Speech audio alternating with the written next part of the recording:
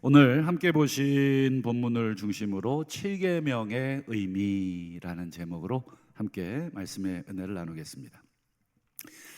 여러분, 1950년 6월 25일은 무슨 날인지 아시고 다 아시죠? 그러면 2015년 2월 26일은 어떤 날인지 아십니까? 1950년 6월 25일은 아는데 2015년 2월 26일은 아마 잘 모르실 겁니다.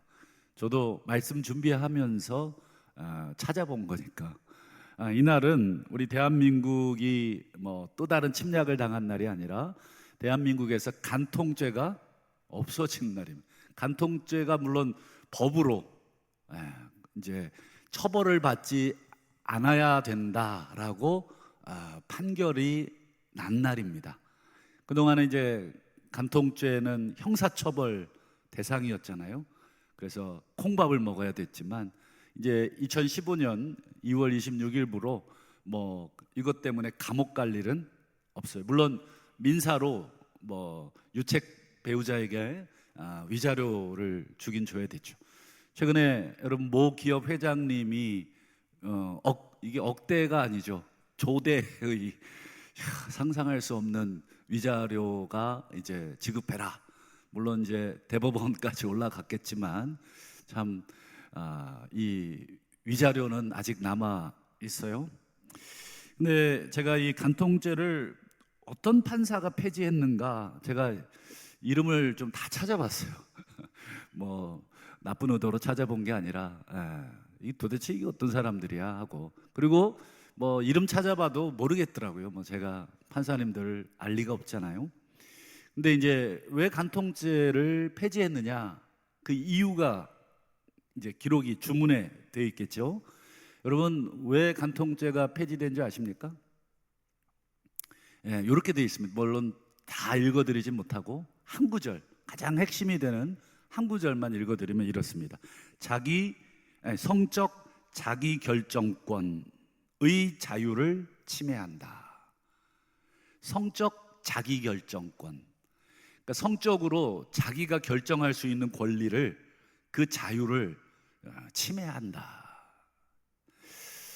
아마 이제 동성애도 여러분 성적 자기 결정권이거든요. 내가 동성이랑 연애를 하든 그건 내 결정 아니냐. 그렇다고 내가 너에게 피해를 줬냐, 이런 논리거든요. 그래서 여러분 요즘 평등법 아시죠? 기독교인들이 그 이면에 숨어 있는 의도와 앞으로 향후 벌어질 일들까지 좀 보셔야 됩니다. 사실은 표면적으로야 장애인들이 차별받지 않을 권리, 또 여러 가지 학력이나 또 성별이나 이런 걸로 차별받지 않아야 될 권리, 이거는 굉장히 성경적인 권리죠. 그러나 그 권리들이 하나씩 풀려가면서 나중에는 이제 동성애도 이제 합법화시키고, 우리도 이제 조만간에 화장실 3개 생길 겁니다. 남자 여자 가운데 또 하나 생깁니다. 하여튼 이 성적 자기 결정권의 자유를 침해한다는 것이 이 간통법 폐지의 내용이었습니다. 여러분 성적 자기 결정권은 중요하고, 우리 결혼식 때 뭐 하죠? 맹세하잖아요. 주례자 앞에서 맹세. 가정을 지키겠고 배우자, 이 아내와 남편을 내가 지키겠습니다. 끝까지 내가 정절을 지키고 이 가정을 지키겠다는 그 맹세는 안 중요합니까? 그리고 또 그 자녀들이 받을 고통, 그리고 가정이 무너지는 그런 어떤 사회적인 문제, 오히려 국가의 존재의 의무는 무엇이겠습니까? 어떤 성적 자기 결정권을 보호해 주는 것보다 더 중요한 것은 국가, 사회, 나라의 근간을 이루는 가정을 지키는 것이 사실은 국가가 더 중요시 여겨야 될 의무죠. 좌우간 제가 여기서 열심히 떠든다고 간통법이 다시 부활할 일도 없고, 기도해 주시고, 여러분 요즘 젊은 세대들은 결혼식도 주례자들 앞에서 안 해요. 인생의 선배나 권위자를 통해서 이 결혼이 어떤 의미가 있고 어떤 무게가 있는지 뭐 그냥 우리들끼리 좋아서 그냥 친구들 불러다가 그냥 이렇게 하는 무슨 그런 겁니다. 어떤 엄숙함이나 신성함보다는 재미, 즐거움, 물론 그런 결혼의 기쁨의 요소가 있지만 그것이 더 주객이 전도됐습니다. 그래서 요즘 젊은 MZ 세대들은 결혼 서약도 부담된다고, 사람 일이 어떻게 할 줄 알고 내가 뭐 죽을 때까지 당신하고 살겠습니다, 이런 서약이 부담스럽다는 거예요. 뭐 마음에 안 맞으면 헤어지는 거고, 당신하고 살다가 더 마음에 드는 사람 만나면 그 사람하고 이제 뭐 버스 환승하듯이 뭐 갈아타는 거예요. 그렇게 하기 위해서 이렇게 결혼 서약도 잘 안 하신다고 합니다. 여기 계신 우리 성도님들은 다 서약하셨나요? 기억나시나요? 다 서약하셨죠? 여러분, 내가 하나님 앞에서 또 우리 뭐 증인들 앞에서 서약한 것입니다. 좌우간, 여러분, 이런 시대에 간통법이 폐지되고 이제 결혼 서약도 안 하려고 그러고 뭐 주례자도 없이 그냥 우리들끼리 그냥 뭐 친구들끼리 무슨 파티하듯이 이렇게 결혼식이 되어져 가고 가정을 이렇게 이어가려고 하는 풍토 속에 오늘 이 간음하지 말라라는 이 명령은 도대체 어느 시대의 명령이고, 과연 이 명령을 우리가 지켜야 되나, 또 이 명령의 의미는 뭐냐 하는 것을 오늘 잠시 살피면서 우리가 우리 자신을 또 우리 가정을 돌아봤으면 좋겠습니다. 여러분, 간음이라는 말을 이제 정의를 해야 되잖아요. 간음이 뭐냐? 어떤 성적인 모든 것들을 뭐 금지하는 것을 이야기하는 게 아니라, 간음이라는 것의 성경적 정의를 먼저 우리가 알아야 되겠습니다. 가장 먼저 간음이라는 단어가 나오는 성경이 레위기입니다. 우리 레위기 20장 10절을 한번 보실까요? 자, 여러분들 그냥 읽으시면 그냥 뭐 익숙한 표현이지만 여러분 꼼꼼히 읽으시면 눈에 들어오는 게 보이실 겁니다. 같이 한번 읽어보겠습니다. 시작. 누구든지 남의 아내와 간음하는 자, 곧 그의 이웃의 아내와 간음하는 자는. 여기서 보면 간음이라는 단어만 보이시지 않고 그 앞에 어떻게 돼 있어요? 남의 아내. 이거 물론 이제 남성 위주의 사회에서 쓴 글이기 때문에 이렇게 돼 있지만 반대도 가능합니다. 남의 남편이 되겠죠. 어쨌든 남의 배우자와 간음, 그 이웃의 배우자와 간음. 간음이 어떤 겁니까? 어떤 뭐 모든 어떤 성적인 그런 행위들을 이야기하는 게 아니라, 특별히 간음이라는 것은 어떤 행위로 국한됩니까? 그렇죠. 남의 아내, 남의 남편, 이걸 우리로 말하면 유부남, 뭐 유부녀, 그렇죠. 기혼자, 이렇게 표현할 수 있는, 가정을 이룬 사람, 처녀 총각들 말고 가정을 이룬 그런 사람과의 어떤 부적절한 성적인 관계가 바로 간음입니다. 즉, 가정이 있는 사람과의 간음은 어떻게 처리하라고 말씀하셨냐면, 우리 레위기 10장 20장 10절 뒷부분을 한번 또 보실까요? 자, 그 간부, 남자죠, 음부, 여자분이다를 반드시 죽여라. 여러분, 세상 법정은 이제 더 이상 간통죄 뭐 처벌 대상도 아니고 콩밥도 안 먹이죠. 그리고 뭐 위자료도 평균 2천만 원 정도면 끝난답니다. 그러니까 뭐 참 유책 사유가 남편에게 있든 아내가 있든 뭐 어떤 민사 소송을 걸어가지고 변호사비 내고 뭐 해도 여러분 변호사비도 안 나와요. 뭐 끼케야 1,000만 원에서 3천, 평균 2천만 원이랍니다. 물론 뭐 대기업 회장님 같은 경우 뭐 조 단위로 지금, 그건 뭐 다른 나라 얘기고, 일반 우리, 그러니 여러분 뭐 그거 시간 들여서 또 소송해야 되죠. 또 만나서 진술해야 되죠. 에너지 써야 되죠. 그리고 혼자 할 수 있습니까? 변호사 또 선임해서 비용 들여서 해야 되죠. 그러니까 이건 뭐 아무것도 남는 게 없어요. 세상은 이제 간통죄에 대해서 형사처벌도 그리고 민사처벌도 실제적인 뭐 보상도 되지 않지만 성경은 뭐라고 하고 있습니까? 반드시 죽여라. 반드시 죽여라. 여러분, 왜 이렇게 무섭게 하셨을까? 성경을 제가 결혼 밖에서의 어떤 성적인 결합에 대해서 쭉 찾아봤는데 하나님이 죽이라고 하신 것은 오직 요 간음에 해당되는 이 결혼한 기혼자와의 간음만 죽이라 그랬지 뭐 다른 경우는 죽이라는 명령은 없어요.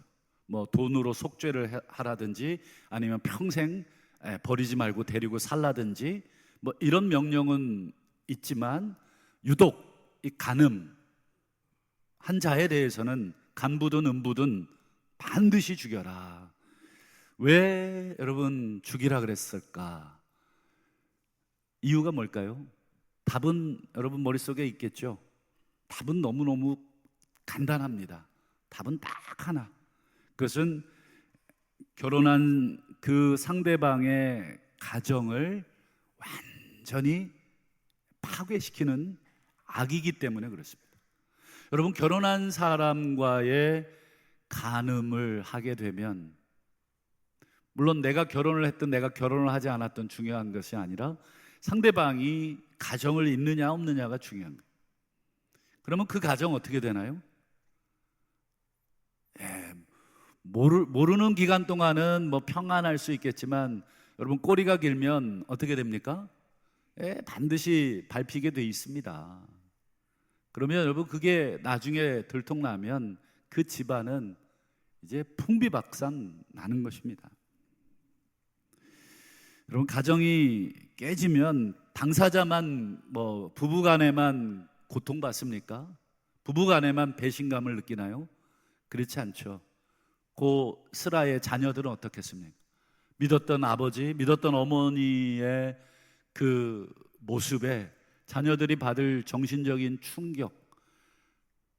다행히 뭐 자녀들이 성인이 됐다 그러면 조금 낫지만 자녀들이 아직 유치원생이고 초등학생이면 여러분 그거 감당 못합니다. 아이들 아직 두뇌가 완성되지도 않았고 사고가 완성되지 않아서 어떤 판단의 미숙함이 있고 더군다나 그럴 경우 어떻게 될 가능성이 높습니까?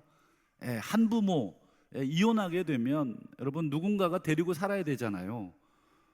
아빠도 엄마도 싫다 그러면 그 아이는 시설로 보내야 됩니다. 아니면 애꿎은 할머니 할아버지에게 보내줘야 돼요.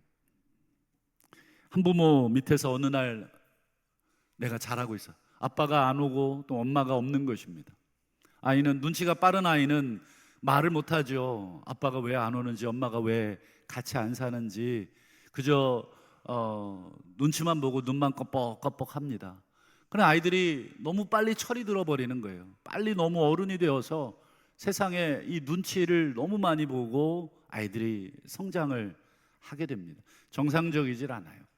학교 가서도 그런 아이들이 얼마나 심적으로 여러분 위축이 되겠습니까?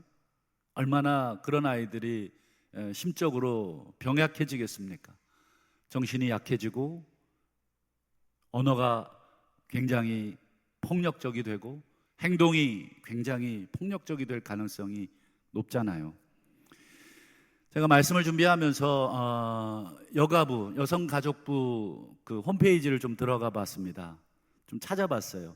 도대체 한 부모 가정이 얼마나 우리나라에 있느냐. 2023년인가요? 그 통계니까 아마 2022년도까지의 통계일 겁니다. 2023년도에 발표를 했으니까. 그러니까 2022년도를 기준으로 한 부모 가정이 약 149만 4천 호, 그러니까 약 150만 가정이 한 부모 가정이에요. 그런데 더 놀라운 것은 그 한부모 150만 가정 중에 이혼을 해서 한부모가 된 가정, 다른 뭐 아버지가 죽었다든지 어머니가 죽었다든지 그런 이유 빼고 그냥 순수하게 이혼을 해서 한부모가 된 가정은 82%. 그러니까 150만 가구의 82%면은 뭐 120만 가구가 넘는 거죠. 그러니까 이 10명 중에 8가구, 9가구 가까이는 다 이혼 때문에 한부모가 된 그 가정들입니다. 그러니까 이 간음이라고 하는 것은 10중 8구 가정을 깨게끔 만드는 그런 일이 됩니다. 여러분, 가정을 깬다는 것은 물론 사회적으로도 뭐 문제를 일으키죠. 지금 한부모 가정이 많아지고 그 밑에서 자라는 아이들이 많아지고, 그런 아이들이 어른이 되면 이 나중에 사회에 나오면 그런 아이들이 문제를 일으킬 가능성이 또 많아지고, 사회적 비용이 굉장히 많이 들고, 그래서 여가부에서 그 한부모 그 가정에 대한 이 재정적 지원 예산을 굉장히 많이 확보를 하고 있더라고요. 전부 그런 아이들 정서적으로 좀 돌봐줄 수 있도록, 경제적으로 돌봐줄 수 있도록. 단순히 여러분이 사회적 문제이기 때문에 가정이 깨지는 것이 문제가 아니라, 여러분, 가정이 깨진다는 것, 가정을 깬다는 것은 여러분 창세기에 보시는 것처럼 하나님이 짝지어 주신 둘이 한 몸이 되라, 이 몸을 찢어내는 것, 즉 이것은 살인과 방불한 것. 우리 지난주에 살인하지 말라 중에 여러분 우리가 영혼의 살인이라는 것도, 상대에 대해서 모독적으로 말을 하고 저주의 말을 하고 또 여러 가지 여러분 이 정신적으로 괴롭히는 것, 그것도 여러분 영혼의 살인이라고 말씀드렸잖아요. 여러분, 한 몸을 뜯어내고 상대 배우자에게 그 말할 수 없는 정신적 고통을 주는 것, 여러분 그것도 뭐예요? 영혼의 살인과 방불한 것입니다. 그러니 여러분, 그런 살인 간음자를 하나님이 어떻게 하라고요? 반드시 죽여라. 여러분, 죽음으로써 그 대가를 치르게 하지 않으면 여러분 이 간음이라는 것, 그 간음에서 그저 두 남녀의 어떤 부적절한 성적인 관계로 끝나는 게 아니라 그것으로 인해서 가정, 그것으로 인해서 자녀, 그것으로 인해서 공동체, 이 모든 게 다 파생되는 엄청난 이 파도처럼 이 몰아치는 그 여파들, 이것이 전부 우리 공동체 모두에게 피해를 주기 때문에 그걸 하나님은 악으로 규정하셨습니다. 악. 그래서 우리 신명기 22장 22절을 한번 보시면 이렇게 되어 있습니다. 어떤 남자가, 여기도 보세요, 그냥 동침이 아니에요. 어떤 여인과의 동침이 아니라 유부녀와의 동침. 이때 유부녀는 이게 아내가 아닙니다. 다른 집 아내입니다. 와 동침하는 것이 드러나거든. 둘 다 죽여. 그 다음에 보세요. 이스라엘 중에 악을 제할지니라. 하나님은 악으로 규정하고 있어요. 이것이 뭐 개인의 악일 수도 있고 사회의 악일 수도 있고 또 영적인 악일 수도 있지만 어쨌든 이 모든 것들은 악이다. 여러분, 간음 한번 했다고 여러분 죽여라, 악을 제하라, 너무 가혹합니까? 여러분, 간음이 한 번의 실수로 끝나는 경우는 거의 없습니다. 그저 실수로 그냥, 여러분 그 정도면 우리가 정말 그리스도의 사랑으로 한 번 더 기회를 줄 수 있지만, 여러분 간음이라는 건 어떻습니까? 지속적으로 이루어질 가능성이 높아요. 한 번으로 여러분 들통나지 않습니다. 어떤 일이든 오래됐기 때문에 꼬리가 밟히는 것처럼 여러분 간음이라는 것은 오랜 기간 그런 일들이 이루어진 것입니다. 상대방의 가정을 무너뜨리고 그 배우자와 자녀들을 망가뜨린 죄를 생각하면 여러분 이런 하나님의 처벌은 여러분 지극히 당연한 것입니다. 잘못한 것에 대해서 하나님이 단호하게 이야기하지 않는다? 그러면 우리 인간은 어떻게 되겠습니까? 아주 오만방자해집니다. 하나님이 나를 혼내지 않는구나. 그저 간음하지 마. 아유, 왜 간음해? 간음하지 말라니까. 여러분 그렇게만 여러분 얘기하면 여러분 우리가 아이고 죄송합니다, 간음하지 않겠습니다. 그렇게 인간이 여러분 말랑말랑한 존재입니까? 그렇지 않아요. 제가 어저께 TV를 잠깐 본 적이 있는데, 여러분 뭐 요즘 육아에 관한 TV가 있더라고요. 아이들 뭐 정신없이 막 컨트롤 못하는. 근데 엄마 아빠가 50이 넘어서 애를 본 거예요. 애가 초등학교 4학년이니까 한 10살. 그러니까 엄마 아빠가 이미 60이 넘은 거죠. 그러니까 얼마나 귀한 아들이에요. 얼마나 이쁘고. 그러니까 이제 엄마 아빠를 가만 보니까 아빠가 굉장히 인품이 좋아. 아주 성격이 좋고. 세상에 저런 아빠가 있을 수 있을까 싶어요. 제가 봤을 땐 그래요. 근데 아버지가 아들이 뭐 나쁜 말을 하고 막 나쁜 행동을 하고 막 심지어 아빠의 얼굴을 때리기도 하고 심지어 막 폭언을 가해요. 그런데 여러분 어떻게 해야 됩니까? 여러분 단호하게 대처하셔야 되잖아요. 그것은 안 된다. 그리고 화를 내셔야 됩니다.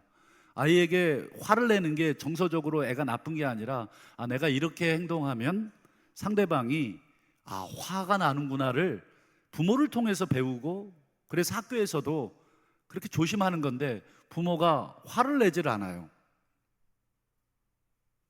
그리고 인격적으로 그건 나쁜 거야, 욕은 나쁜 거라 그랬잖아, 욕하지 마. 애는 계속 욕을 하는데 욕하지 마. 무슨 AI 로봇 같더라고요.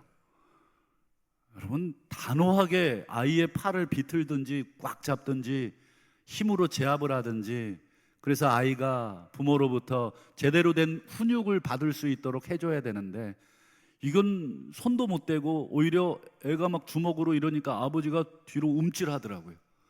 이건 뭐가 바뀌어도 한참 바뀌었구나.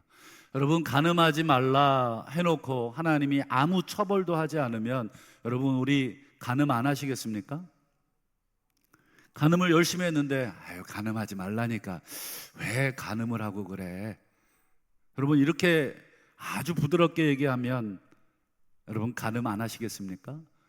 여러분 죽인다 그래도 간음하는 게 인간인데 그렇지 않아요? 여러분 형사 처벌받는다 그래도 간통죄가 엄청났는데 이미 그것도 없었으니 여러분 2천만 원이면 여러분 다 해결돼요. 그러니 여러분 이 간음한 것에 대해서 단호하게 반드시 죽여라 이렇게 말씀하신 것은, 여러분 지극히 하나님은 우리 인간을 사랑하시고 그 사랑으로 인한 우리 인간을 훈육하시는 것입니다. 옳고 그름을 분명하게 여러분 죽음이라는 그 처벌을 통해서라도 가르치시기를 위한 하나님의 사랑이신죠. 여러분 예수님도 같은 맥락으로 여러분 간음을 이야기하셨습니다. 여러분 옛날 성경에는 여자를 보고 음욕을 품는 자라고 되어 있는데, 이건 사실은 좀 번역이 좀, 여자를 보고 어떤 성적인 욕망이 일어나는, 남자를 보고 어떤 성적인 욕망이 일어나는 것을 금지하신 것이 아닙니다. 여러분 만약에 어떤 이성을 보고 성적인 어떤 매력이나 어떤 욕망을 느끼지 못하면 우린 결혼할 수 없어요. 그렇잖아요. 여러분 결혼하지 않은 우리 처녀 총각들이 이성을 보고 어떤 성적인 매력을 느껴서 우리가 결혼을 하는 것이죠. 그러니까 원래 번역은 어떤 이성을 보고 음욕을 품는 자가 아니라 음욕을 품고 여자를 보는 자입니다. 이건 순서가 바뀌어야 정상적인 번역입니다. 그러니까 음욕을 품고 보는 거하고 여자를 보고 자연스럽게 생기는 어떤 성적인 그런 매력하고는 완전 다른 거죠. 음욕을 품고 뭔가를 찾는 것, 벌써 이 목적 자체가 다르죠. 그때 이 여자라고 하는 단어도 결혼한 여자입니다. 결혼한 여자.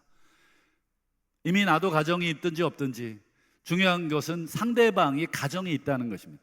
상대방이 가정이 있는데 그 가정이 있든 없든 그 사람에 대해서 내가 음욕을 품고 계속해서 주목하여 보는 것입니다. 주목해서 보는, 그저 그냥 쓱 지나가다가 눈에 그냥 들어온 게 아니라 주목해서 그 한 사람을 보는 것, 그것은 이미 마음에 간음했다 말씀하셨잖아요.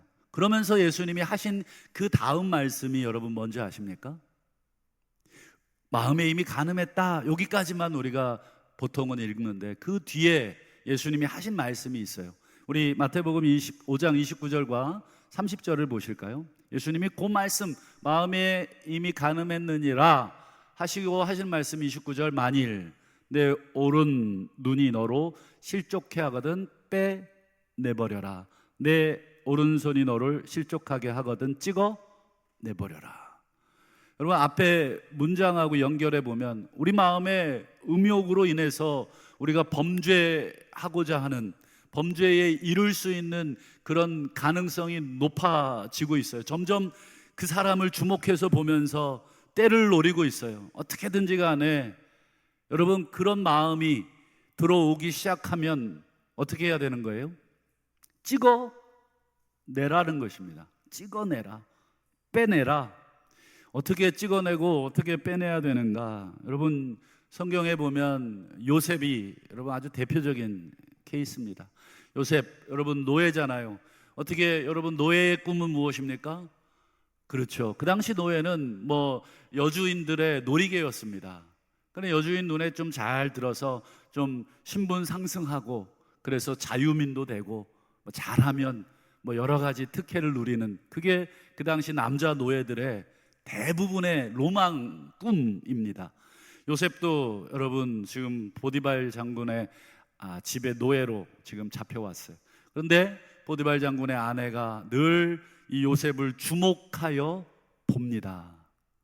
그래서 집에 아무도 없는 틈을 타죠.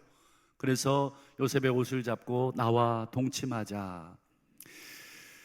여러분, 그때 요셉이 어떻게 했습니까? 옷을 버려두고 그 장소를 뛰쳐 나가버리는, 그런, 한마디로 여러분 애당초 유혹의 자리에서 떠날 수 있으면 떠나야 됩니다. 여러분, 수출 품에 품고서야, 잠언의 말씀이잖아요. 어찌 옷이 타지 않겠느냐. 이 수술 가지고 있으면서 아이고 옷이 타네, 옷이 타네. 여러분, 이것처럼 바보가 어디 있습니까? 수술 얼른 내려놔야죠. 그래야 타지 않죠.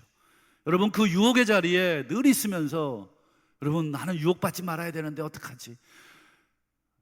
여러분, 컴퓨터에 음란물 가득 채워놓고 보면 안 돼.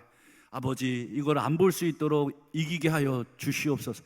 백날 기도하면 뭐합니까? 여러분, 컴퓨터를 가서 집어 깨버리셔야죠. 그래야 안 보죠. 여러분, 뭐 우리 성도들 중에 그런 분들 없겠지만 우리 남성분들 뭐 유료로 돈 내가지고 뭐 이상한 영상 보는 분들 혹시 계신지 모르겠습니다. 여러분, 돈 내놓고 아우 아버지 내가 왜 돈을 냈습니까? 이렇게 기도하면 뭐합니까? 뭐 애당초 돈을 내질 마셔야 돼요. 애당초 들어가질 마셔야 돼요. 어떻게 하다가 화면에 뜨게 되면 애당초 꺼버리셔야 돼요. 그 자리를 피하셔야 됩니다. 제가 말씀을 준비하면서 성도님들께 이걸 말씀드려야 될까 말까 참 고민을 많이 했는데, 최근에 모 교단, 우리 총회장, 모 교단 총회, 우리 교단 아닙니다. 다른 교단 총회장이 섬기는 그 교회 권사님이랑 여러분 불륜이 일어났어요. 그 교회 수석 장로님이 낌새를 채고 아주 오랫동안 그 뒤를 밟아서 증거를 채집을 해놨더라고요. 제가 그거를 보는데 뭐 식은땀이 나고, 이게 왜 내 이야기 같지? 너무 부끄러워서 고개를 들 수 없을 만큼 너무 괴로웠어요. 그 교단의 총회장이라는 것도 너무 납득하지 않았고, 어떻게 이럴 수가 있을까? 여러분, 이처럼 우리는 어떤 성적인 유혹 앞에 우리는 예외가 없습니다. 여러분, 다윗도 보십시오. 다윗도 얼마든지 넘어졌다면 우리도 얼마든지 넘어질 수 있는 그런 사람들입니다. 여러분, 사탄이 우리 부부 사이 관계를 계속 멀어지게 만들기 위해서 틈을 노리고 있다는 것을 여러분 기억하셔야 됩니다. 그래서 여러분, 특별히 젊은 여기 부부들 계신지 모르겠고 또 나이가 드셔도 더 중요합니다. 여러분, 이 부부 사이가 굉장히 좋아야 합니다. 부부 사이에 여러분 그냥 쓰잘데기 없는 이야기들을 참 많이 하셔야 돼요. 여러분, 꼭 집을 살 때만 대화하는 부부, 자식 결혼시킬 때만 대화하는 부부, 여러분 그런 부부 여러분 건강하지 않아요. 그냥 뭐 시시껄렁한 이야기, 여러분 우리 남자분들 특별히 좀 들어주세요. 아내들이 뭐 시시껄렁한 드라마 얘기하면 지금 이 나라와 민족이 지금 어떤 위기에 처해 있는데 지금 드라마를 얘기할 때야 라고 생각하지 마시고 그냥 그런 얘기도 들어주시고 그랬냐고 같이 막 팔을 붙어가면서 흥분해 주시면서 같이 드라마도 좀 보시고 같이 이야기도 좀 할 수 있는 소재도 만들어 주세요. 제가 왜 이런 얘기를 하냐면 여러분 부부간의 대화가 얼마나 중요한지 아시잖아요. 여러분 지난 주간에 부부간에 몇 마디나 하셨습니까? 기억이 난다면 문제가 많은 거예요. 기억이 안 날 만큼 그냥 소소한 이야기. 여러분 영어로 그걸 스몰 톡이라 그럽니다. 이 자그마한 이야기. 뭐 거대한 우리가 나라를 구하고 뭐 이 환경을 구하고 뭐 전 세계 복음을 위해서 이런 대화 말고 그냥 자그마한 이야기들을 자주 나누십시오. 그래야 여러분 사탄이 틈을 노리지 않습니다. 이것은 노력을 하지 않으면 잘 되지 않습니다. 특별히 우리 대한민국 남성들 입에 아주 그냥 1톤짜리 철근을 채우신 분들이잖아요. 뭐 이렇게 별로 막 반응도 잘 안 하고 웃어주지도 않아요. 아내가 뭐 하면 쓸데없는 소리 한다 그러고 확 혼내기 때문에 뭐 아내가 겁이 나서 뭐 드라마 얘기를 해보겠습니까? 뭔 얘기를 해보겠습니까? 여러분 부부관계가 자꾸 내가 부부관계를 깨고 있는 것입니다. 그냥 조그마한 이야기들, 그냥 뭐 옷을 샀으면 옷 샀냐고 물어보고 안 예뻐도 예쁘다 그러고 돈 드는 거 아니잖아요. 여러분 부부간에 그런 것들이 자그마한 이야기들이 조금씩 연습을 하셔야 되겠습니다. 여러분 어색합니다. 제 나이에도 어색한데 저보다 연배가 높으신 우리 성도님들은 평생 안 해봤는데 그걸 지금 해보라면 얼마나 어색하시겠어요. 그러나 지금 안 하면 내년엔 더 못해요. 내년엔 더 늙으시거든요.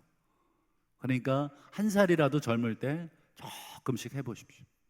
말씀을 맺겠습니다. 여러분 부부 사이가 건강하지 않으면 사탄이 계속 부부 사이에 틈을 내면 결국 다른 이성이 눈에 들어오게 만들어 가는 것입니다. 우리 남편은 별론데 저 집 남자는 너무 저렇게 막 스마트하고 매력 있고 아주 뭐 나이스하고 막 그러면 사탄이 딱 걸렸다 이렇게 가는 것입니다.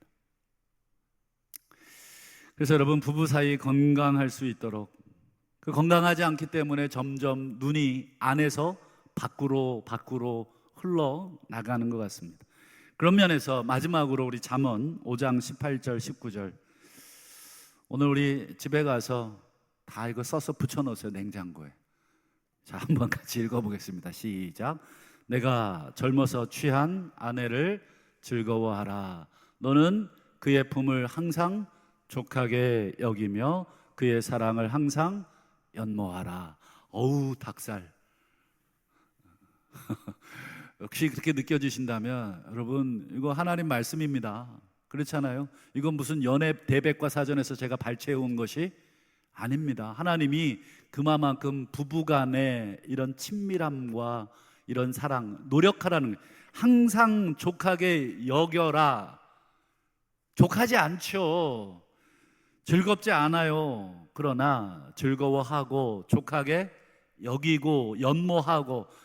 그래서 여러분 오늘 집에 가서 우리 아내분에게 남편분에게 당신이 최고야 이렇게 한번 해주시면 어떻겠습니까? 벌써 표정들이 안 좋으시긴 한데 내가 당신만을 사랑할 거야. 당신 밥이 제일 맛있어. 사실 밥은 다 똑같아요. 당신 밥이 제일 맛있어. 당신이 제일 이뻐. 당신이 제일 멋져. 여러분 이렇게 함으로써 여러분 가정을 지켜내시고 남의 가정 파괴하는 이런 일들을 없도록 남의 가정이 곧 어느 날 내 가정이 될 수도 있다는 것을 기억하고 무엇보다도 우리 부부간에 더 친밀함이 가득한 우리 동부 모든 가족들이 되시기를 주님의 이름으로 축원합니다.